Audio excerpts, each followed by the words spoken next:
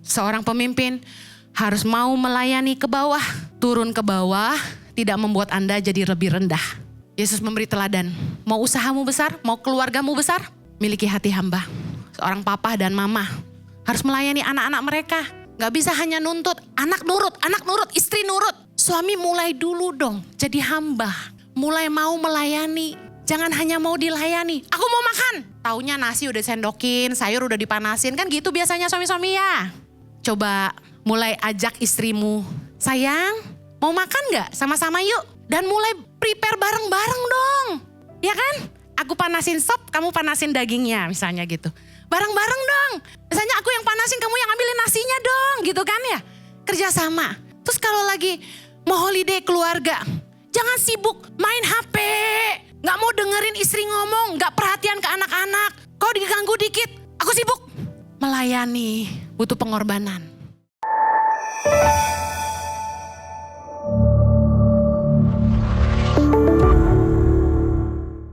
Bulan Mei, Impact Community Indonesia mengambil tema tentang melayani. Saya ingin sharing tentang servanthood attitude, part 1. Servanthood attitude, sikap hati hamba. Matius 20, baca sama-sama. Tetapi Yesus memanggil mereka lalu berkata, kamu tahu bahwa pemerintah-pemerintah bangsa-bangsa memerintah rakyatnya dengan tangan besi. Dan pembesar-pembesar menjalankan kuasanya dengan keras atas mereka. Ayat 26, tidaklah demikian di antara kamu. Barang siapa ingin menjadi besar di antara kamu, hendaklah ia menjadi pelayanmu. Dan barang siapa ingin menjadi terkemuka di antara kamu, hendaklah ia menjadi hambamu. Ayat 28. Sama seperti anak manusia, datang bukan untuk dilayani, melainkan untuk melayani dan untuk memberikan nyawanya menjadi tebusan bagi banyak orang. Katakan, amin. Yesus memberi teladan kepada kita bahwa dia datang ke dunia ini bukan untuk dilayani, tetapi untuk melayani. Apakah kita sebagai orang percaya, pengikut Kristus harus melayani? Kok gak ada amin? Kalau Anda menyebut dirimu saya orang Kristen, artinya the image of Christ, gambaran Kristus. Kalau Yesus saja datang untuk melayani, kita harus melayani. Melayani itu macam-macam. Mulai dari rumah, katakan pelayanan mulai dari rumah. Kemudian melayani di tempat kerja, melayani di masyarakat, melayani di gereja, melayani di komunitas, melayani di yayasan, membantu jadi volunteer, relawan untuk kegiatan sosial dan lain sebagainya. Kita ini bisa melayani di mana saja. Hidup ini tentang melayani, baru punya arti, katakan amin. Yesus selalu mengajarkan prinsip-prinsip yang bertolak belakang dengan apa yang dunia ajarkan. Sadar nggak? Dikatakan gini, barang siapa ingin menjadi besar di antara kamu, hendaklah ia menjadi pelayanmu. Wow, ingin jadi besar harus jadi pelayan. Barang siapa ingin jadi terkemuka di antara kamu, hendaklah ia jadi hambamu. Kok berbalik ya? Kebanyakan orang belum jadi besar aja udah pengennya dilayani. Belum terkemuka aja sudah mengartiskan diri. Betul nggak? Nah, prinsip Yesus ini luar biasa. Poin yang pertama yang saya ingin bagikan tentang servanthood attitude adalah Yesus mengajar kepada kita bahwa di dalam melayani kita harus menghormati orang lain terlebih dahulu, bukan mencari penghormatan untuk diri sendiri. Katakan amin. Dalam pelayanan tidak boleh mencari penghargaan. Dalam pelayanan jangan cari penghormatan. Roma 12 ayat 10 bilang gini, hendaklah kamu saling mengasihi sebagai saudara dan saling mendahului dalam memberi hormat. Kebanyakan orang maunya dihormati. Sedangkan firman Tuhan mengajarkan saling mendahului dalam memberi hormat. Bukannya datang untuk dihormati, tapi kita cepet-cepetan, aduh hormat. Siap, hormat dulu sama orang, amen. Suatu kali saya pernah kerja dengan Joyce Meyer Ministries. CEO untuk Asia berkata begini, more words can be done if it doesn't matter who gets the credit. akan lebih banyak pekerjaan yang bisa dilakukan kalau nggak masalah siapa yang dapat pujian. Tapi kebanyakan orang maunya dapat pujian, kerjanya enggak. Begitu punya nama besar aja, udah semua orang berlomba-lomba pengen dapat pujian. Itu Bu Heni bisa gitu tuh karena gue gitu. Yang kata multimedia. Yang megang YouTube bilang gitu, ya ini kan karena teamwork kita gitu loh. Bukan karena khotbahnya dia lagi. Saya aja gak berani loh ngomong gitu. Saya aja gak berani ngomong karena saya. Ampun Tuhan Yesus, jangan. Satu kali staf yang pernah bekerja di Tangan Pengharapan, dia sudah keluar tentunya. Dia bilang sama saya, Tangan Pengharapan itu besar karena saya. Wow, saya kaget. Beraninya. Saya bilang, hey, coba Tangan Pengharapan itu yayasan yang gak dikenal, kecil. Ada gak bahasa kayak gitu? Gak ada. Karena sesuatu yang tidak kelihatan gak ada orang mau ambil bagian. Tapi begitu jadi besar semua orang langsung, gue gitu loh. Lu kira siapa donaturnya Bu Heni? Gak ada gitu. Semua orang dipanggil Tuhan melakukan bagiannya masing-masing. Katakan amin. Kita dalam pelayanan tuh gak perlu cari pengakuan. Kebanyakan orang dalam pelayanan gitu ya, selalu cari gini. What is it for me? Untungnya apa buat gue? Kenapa gue mesti bantu dia gitu?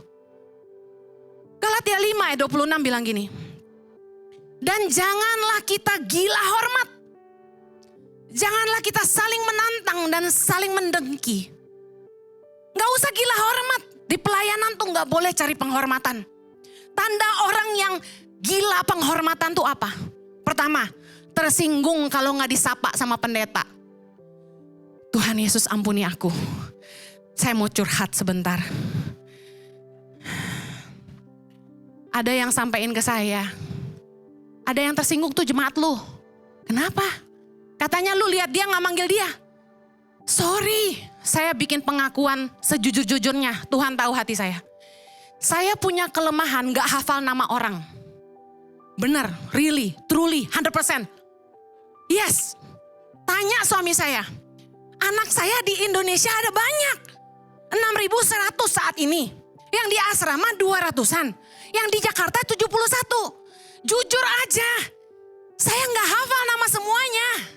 Yang saya paling hafal yang udah 6-7 tahun sama saya ya kan. Jadi kadang-kadang mereka panggil, Mama. Terus saya kayak gini, kamu anak asrama bukan? Gitu. Sampai kadang-kadang saya tanya sama anak yang lain, itu anak asrama, namanya siapa gitu? Parah gak saya? Guru Tangan Pengharapan seluruh Indonesia ada 250. Saya gak hafal namanya, belum lagi yang kontrak cuma setahun sekali. Banyak kali orang ketemu saya dengan pedenya bilang gini, Bu Heni ingat saya? Dengan mata berbinar-binar, dengan penuh harapan. Ibu Heniku, cinta aku, ingat aku, hafal namaku. Enggak. Jadi saya tuh dilema banget, serius deh udah 20 kali ini terjadi di gereja ini. Datang ke saya dan bilang, Ibu Heni ingat saya? Saya tahu ada aura pengharapan gitu, ngarep gitu. Cuma saya lihat dia dengan tatapan jujur. Agak lupa. Gitu. Jadi kalau ditanya nama, jangan deh, beneran deh. Saya awali dulu ini ketika kenalan dengan guru-guru, dengan anak-anak. Saya selalu bilang ini, saya gak hafal nama orang, serius. Kecuali lu tiap hari ngopi sama gua, datang ke kantor Tangan Pengharapan, tiap hari hafal gua. Tapi kalau enggak, jujur ya, kadang-kadang nama leader ICI aja, kemarin sore ada yang datang leader ICI dari Jogja. Online ya, karena saya kan gak ngurusin gereja, sebenarnya saya cuma khotbah di sini. Yang ngurusin gereja Pak Jojo. Jadi saya dikasih tahu sama Vicky, singer kita, Ci, ini leader kita dari Jogja. Hey, gue lihat dia, namanya siapa? Gak bilang gitu kan. Terus dia langsung perkenalan diri. Ya saya Frans Ci. Oh iya. Terus dia bilang dia pegang komsel apa. Oh iya. Jangan tersinggung ya. Frans kalau kamu nonton ini I love you. Jangan tersinggung ya. Halo? Setiap orang punya kelemahan. CPU saya udah mulai lemot. Kebetulan tuh kayak Apple susah di-upgrade, harus ganti katanya. Udah gak bisa lagi. Bayangin saya ngurusin begitu banyak gitu kan, seluruh Indonesia buat Tangan Pengharapan. Ketemu ribuan orang, ratusan ribu jemaat, pelayanan keliling Indonesia dan luar Indonesia, gimana mau hafal nama orang? Ada yang tersinggung, serius deh. Dia bilang gini, Bu Heni lihat saya tapi gak sapa saya. Kadang-kadang saya tuh lagi ngeblank. Mungkin karena pikiran saya lagi banyak, saya menatap Anda tapi sebenarnya tidak menatap. Bisa ngerti ya? Lagi lihat tapi gak lihat karena lagi mikir. Jangan tersinggung dong. Jemaat ICI jangan baper-baperan dong. Haleluya. Diampuni gak saya? Ya, orang kalau cari pengakuan tuh tersinggungan. Yang kedua, pelayanan mulai hitung-hitungan. Capek gue. Datang dari Tangerang gue. Di jadwalnya jam 9 pagi terus sama leader care. Apakah gak ada perhitungan bensin? Tol? Mulai hitung-hitungan. Mulai banyak tuntutan. Kok segini gue gak bisnis kelas ya? Mulai banyak tuntutan tuh ya. Ini gak nyinggung Gary loh ya yang punya Kanatur. Karena saya selalu pakai ekonomi ya. Tapi maksudnya orang biasa kalau udah mulai cari pengakuan itu mulai banyak mau gitu loh. Banyak nuntut. Kemudian mulai iri hati. Kok gue yang kerja, dia yang dipromosi. Kok dia yang dipuji. Ada yang gitu. Kayaknya gue deh yang kerja paling banyak, kenapa jadi dia yang dipromosi gitu. Nama dia yang disebut terus katanya. Kemudian kecewa ketika gak dapat kedudukan. Orang yang cari pengakuan selalu kecewa kalau gak diberi pangkat jabatan. Kemudian mulai ngangkat diri sendiri. Dia siapa main perintah aja. Jadi ada beberapa anak asrama bilang ke saya, "Mah, itu apaan sih tuh orang? Masa kita diperintah-perintah? Ya, kamu angkat ini. Emang dia siapa?" Terus saya bilang gini sama anak asrama, "Tenang, secara jabatan kamu lebih tinggi. Kamu anak, dia staff, santai. Gak usah marah." Bisa ngerti maksud saya? Dia gak tahu aja bahwa anak itu lebih dekat daripada staff. Jadi kamu gak usah tersinggung. Jadi lain kali kalau aku disuruh angkat-angkat, aku bilang gak mau ya mah. Siap. Kadang-kadang kita jangan suka sembarangan perintah orang. Kayak saya pernah cerita di khotbah yang lain. Pembantu siapa? Lu yang perintah-perintah? Betul gak? Ada orang ke rumah saya gitu. Udah mbak saya disuruh-suruh. Kamu ini ya, kamu itu ya. Hah? Ini nyonya gue yang mana ya gitu. Come on. Orang tuh maunya dihormati. Tapi Yesus ngajarin kita, punya hati hamba itu justru bukan cari hormat, tapi memberi hormat. Kalau sudah punya kedudukan, kebanyakan orang kan nuntut, hormati saya. Padahal kita gak perlu ngangkat diri sendiri.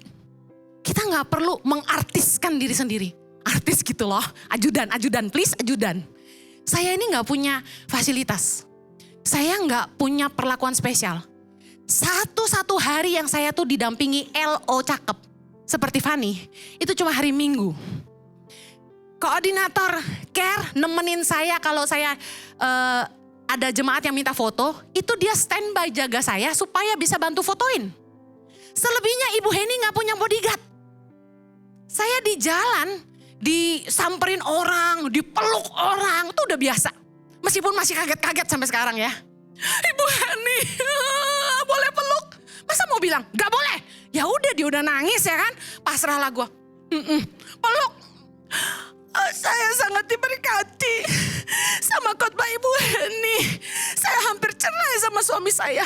Tapi berkat khotbah Ibu, saya gak jadi cerai. Saya udah, ya puji Tuhan. Karena separuh shock main dipeluk aja gitu. Pernah kejadian lucu, gak tahu orangnya di sini gak? Ada anak perempuan gitu mau keluar pintu. Saya kan dulu kan nyalamin di pintu kan gini-gini kan. Kenapa sekarang enggak? Biar gak macet di depan. Jangan bilang udah mulai belagu ya. Jadi yang mau ketemu saya nunggu di depan. Karena di belakang jadi macet. Nah yang cewek, Kak Heni boleh peluk? Dia unyu-unyu gitu ya gue. Peluklah dia ya kan. Sering banget tau gak sih? Udah gitu di belakang dia cowok. Tanya gini, boleh peluk? Gue langsung bilang enggak. Enggak. Apa sih? Yang boleh cipika-cipiki sama saya tuh yang dekat sama saya. Nggak boleh semua peluk-peluk saya. Emang apaan gue? Gitu kan.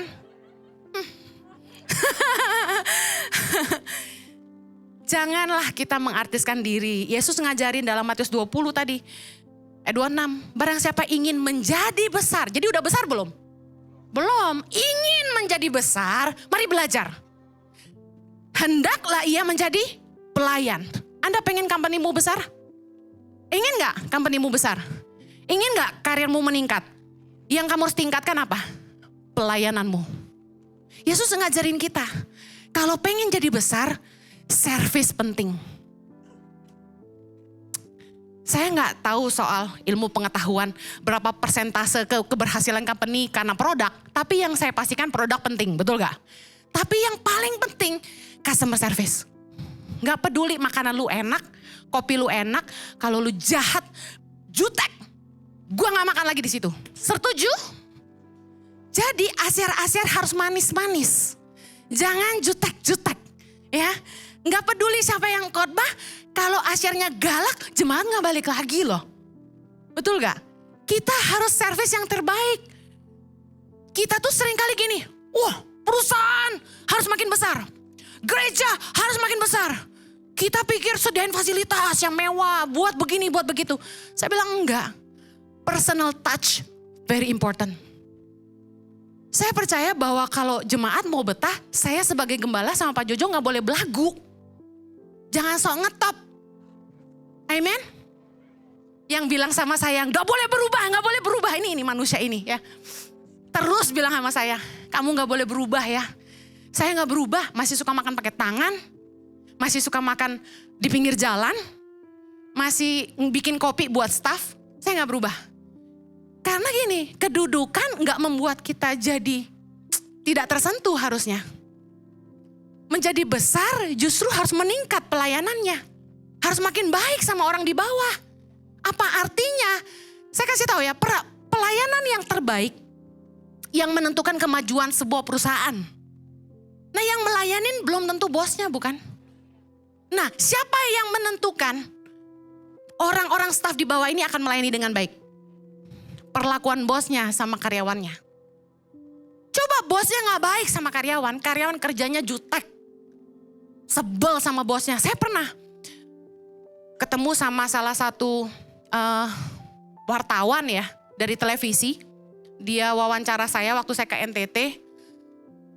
Yang ada tuh sambil ngopi makan pisang goreng dia ceritain ke saya tentang bosnya. Bu Heni, ibu kan kenal tuh sama bos saya tuh. Kasih tahu tuh. Jangan cuma pintar ngomong doang. Perhatiin kesejahteraan karyawan, bayangin gitu. Kalau saya sih amit-amit malu ya, jangan sampai ya ada pelayan di ICI atau staff di full time gitu ya yang sampai ngomong gitu. Please come to me, come to me, come to me.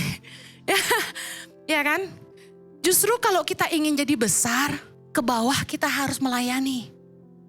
Kasih servis yang terbaik buat staff. Layani keluargamu dengan yang terbaik. Kalau ingin jadi terkemuka, jangan malah minta dihargai, tapi hargai dulu orang lain. Sehingga stafmu lakukan yang terbaik. Dan tiba-tiba kamu yang dikenal. Padahal itu hasil kerja mereka. Yang kedua, yang tadi jangan cari penghormatan tapi menghormati orang lain. Yang kedua, melayani dengan kasih bukan dengan emosi.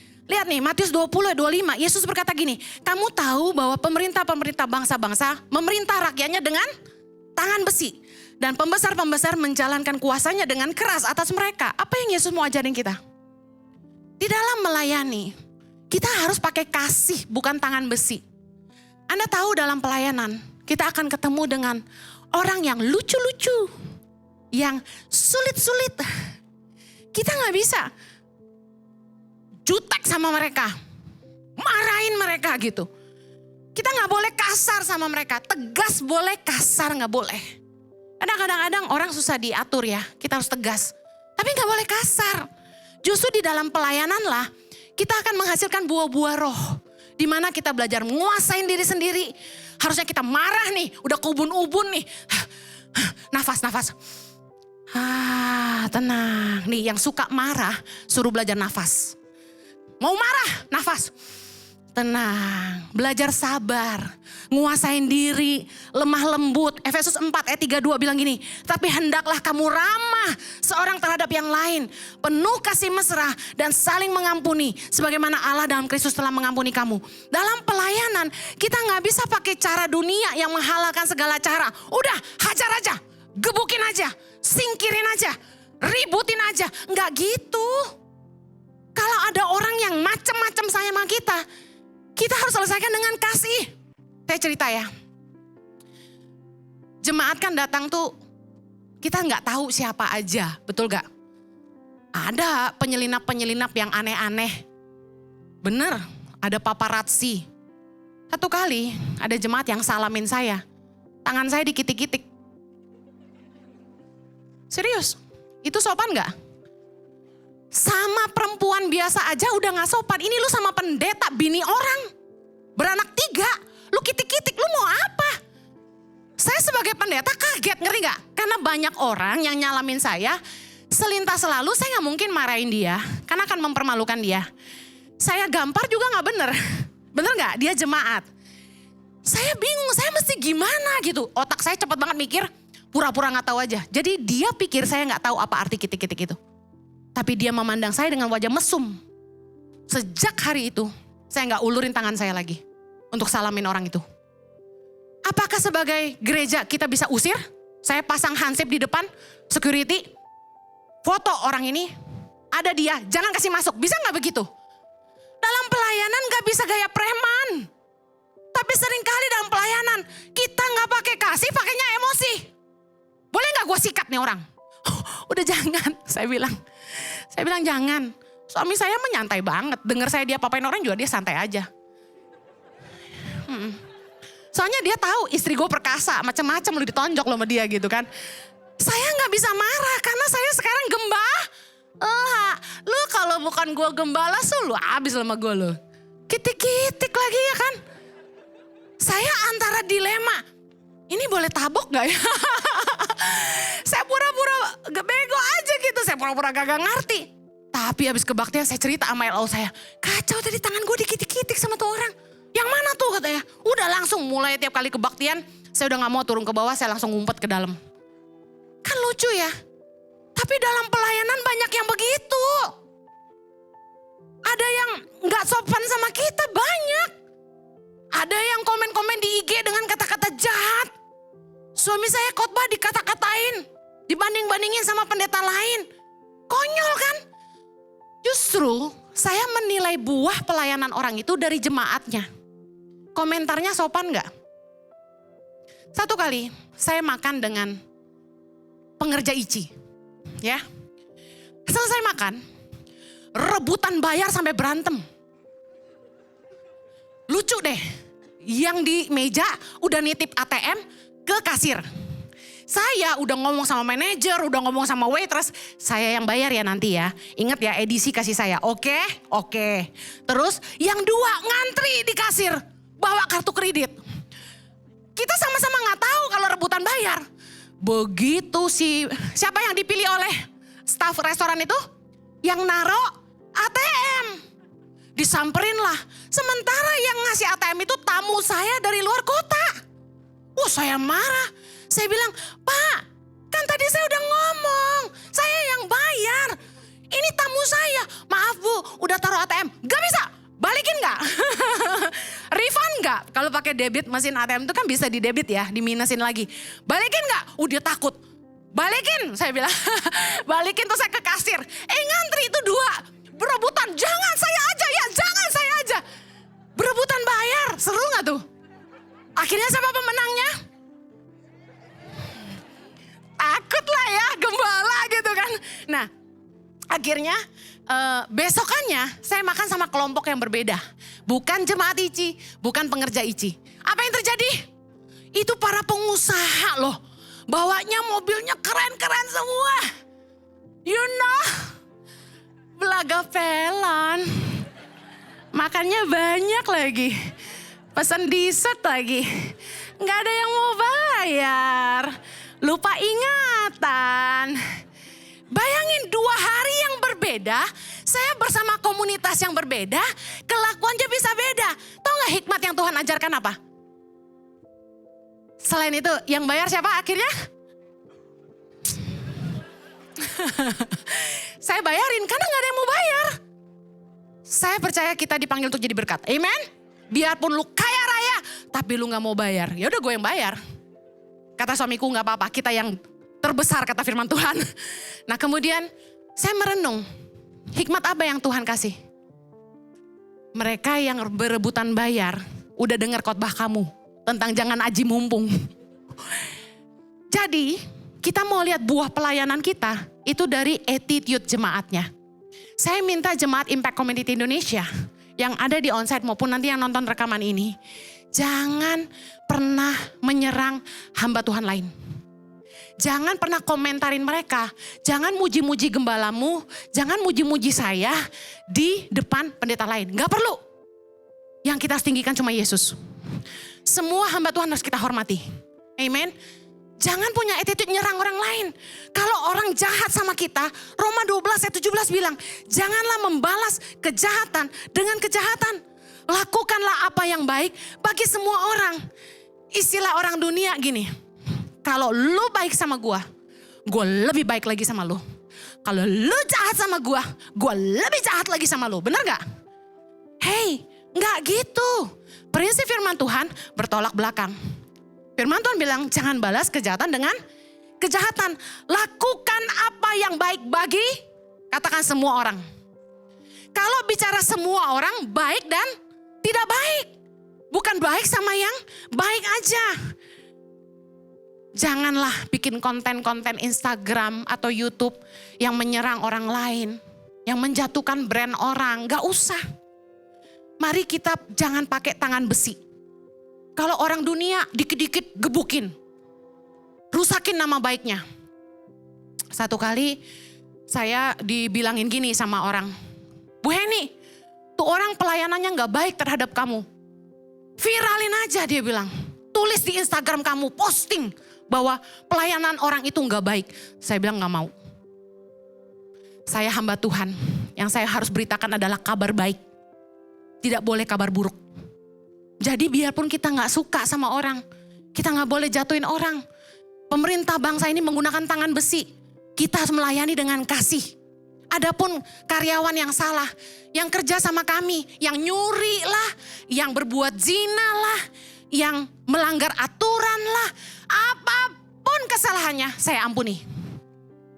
Ada gak yang sampai hari ini masih kerja? Ada. Ada yang mukulin anak saya aja saya ampuni. Karena kita belajar dari Yesus. Melayani itu gak bisa dengan tangan besi. Melayani itu dengan kasih. Bu Heni susah, I know. Ada beberapa batasan yang kita gak bisa toleransi. Lebih baik kita lepasin dia. Saya boleh gak tiba-tiba diingatkan Roh Kudus ini. Kalau Anda punya pengasuh buat Bapak Ibu yang punya anak kecil. Lalu anakmu lapor sama kamu. Mami, tadi si Mbak cubit aku.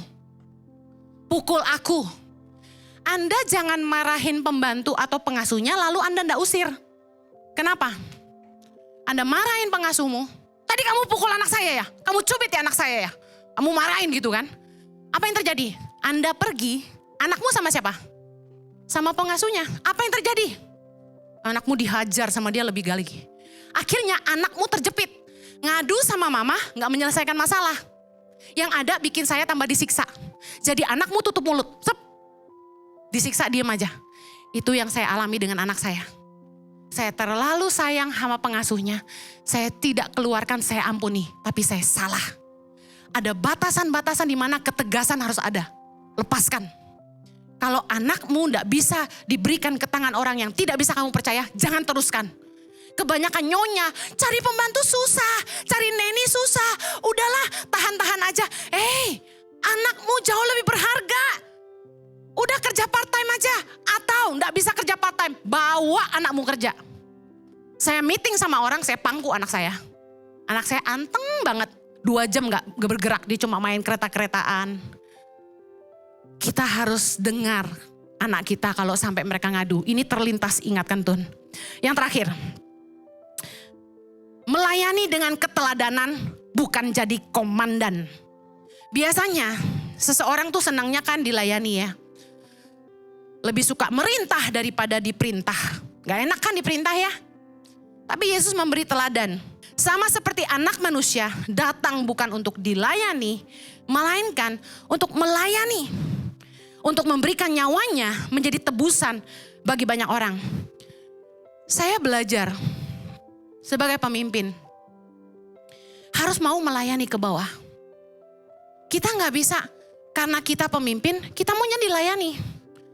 Saya temukan dalam kehidupan saya, kebanyakan orang 90% lebih suka dilayani. Kalau kita ngundang teman ke rumah, katakanlah 20, nggak ada satu yang mau bantuin kita persiapan dan bersihin. Karena semua orang maunya apa? Duduk manis, taruh lap, sate 10, steak 1, dessertnya mana? Sedikit sekali presentase yang datang dan tanya gini, saya bisa bantu apa? Nanti ada acara di rumah kamu, saya bisa bawa apa? Kira-kira butuh persiapan, saya datang lebih awal bantuin kamu? Dari 20 teman, paling 1-2 yang akan nawarin gitu, betul nggak? Kenapa? Karena orang lebih senang dilayani daripada melayani. Yesus memberi teladan, kita harusnya lebih senang melayani. Kami bawa tur ke Israel. Orang berpikir, Anda pasti juga berpikir, wow, hamba Tuhan, pasti duduk manis di business class. Terus tinggal perintah-perintah, aku mau air minum. Tinggal jatah khotbah baru, oh my soul, nyanyi-nyanyi, oh geter-geter gitu kan ya. Saya mulai dari airport aja sudah yang, mari ibu-ibu, bapak-bapak, mari kita kumpul. Nanti di perjalanan saya yang akan jadi tour leader. Semua bengong. Oh? Kemudian di pesawat setelah duduk manis di ekonomi, saya ke belakang ngecek peserta. Semua aman? Everything good?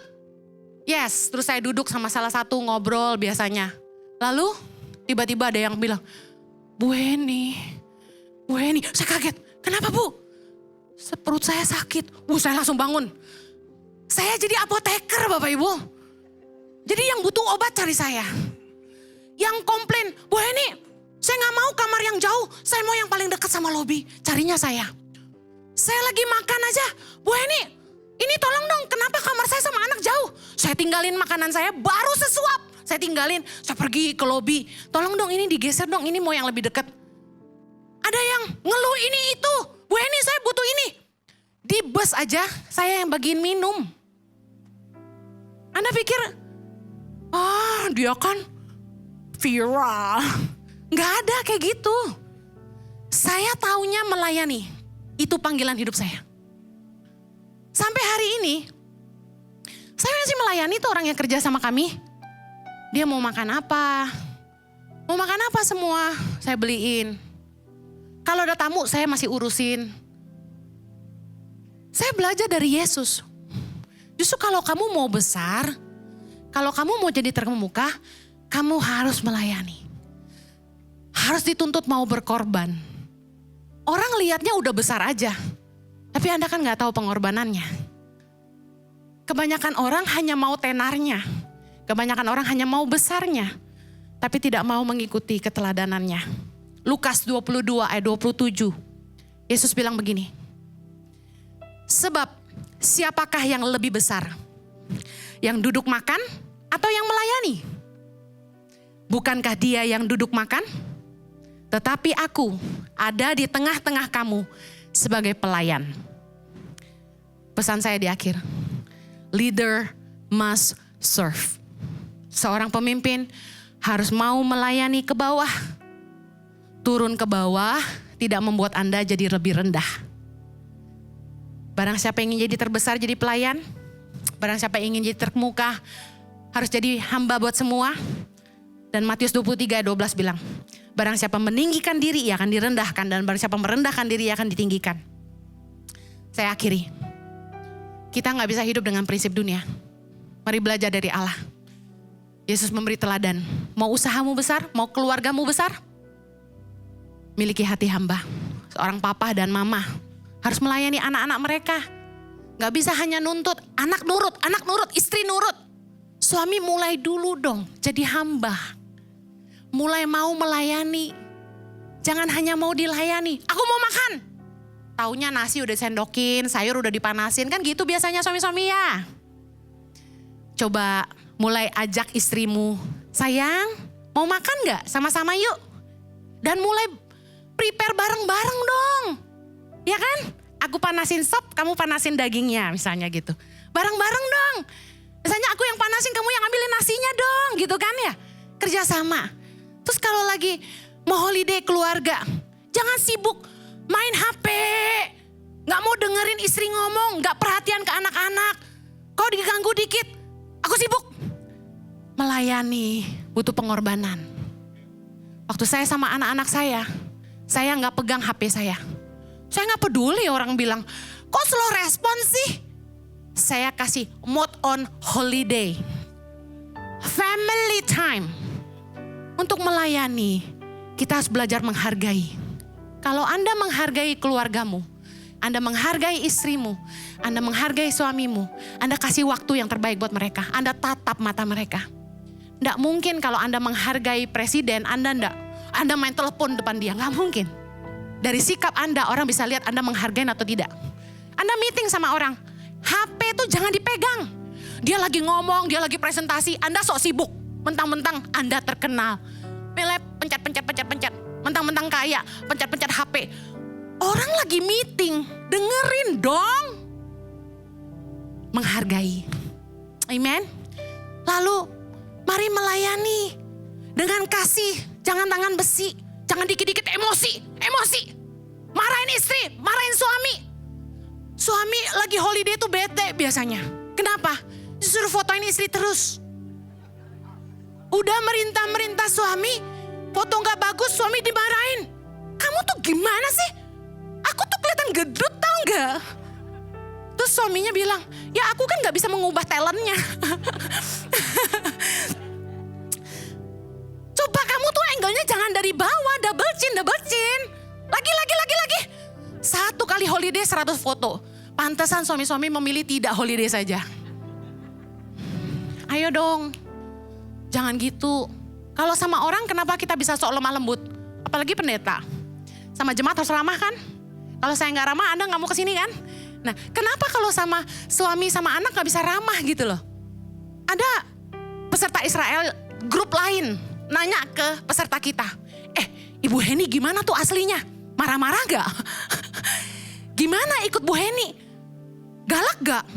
Peserta kami ketawa. Enggak tuh biasa aja. Gak tahu dia. Saya ramah banget lagi.